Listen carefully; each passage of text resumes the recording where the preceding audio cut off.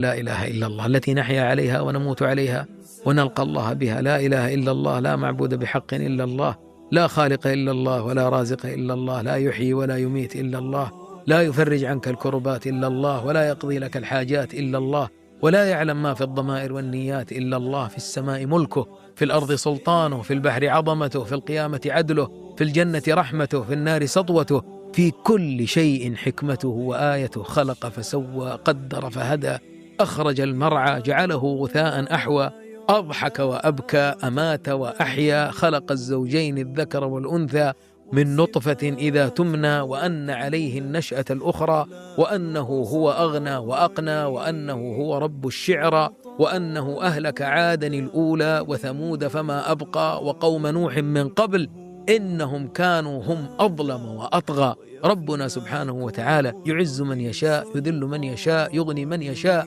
يفقر من يشاء، يهب لمن يشاء الذكور ويهب لمن يشاء الإناث، ويجعل من يشاء عقيما. كل يوم هو في شأن سبحانه وتعالى.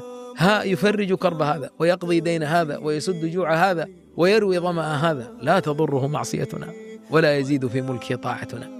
يا عبادي لو أن أولكم وآخركم وإنسكم وجنكم كانوا على أتقى قلب رجل واحد منكم ما زاد ذلك في ملكي شيئا. يا عبادي لو أن أولكم وآخركم وإنسكم وجنكم كانوا على أفجر قلب رجل واحد منكم ما نقص ذلك من ملكي شيئا.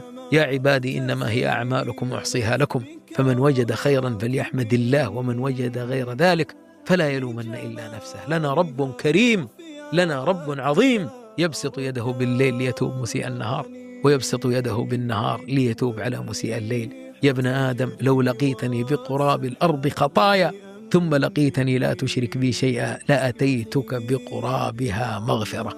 ربنا سبحانه وتعالى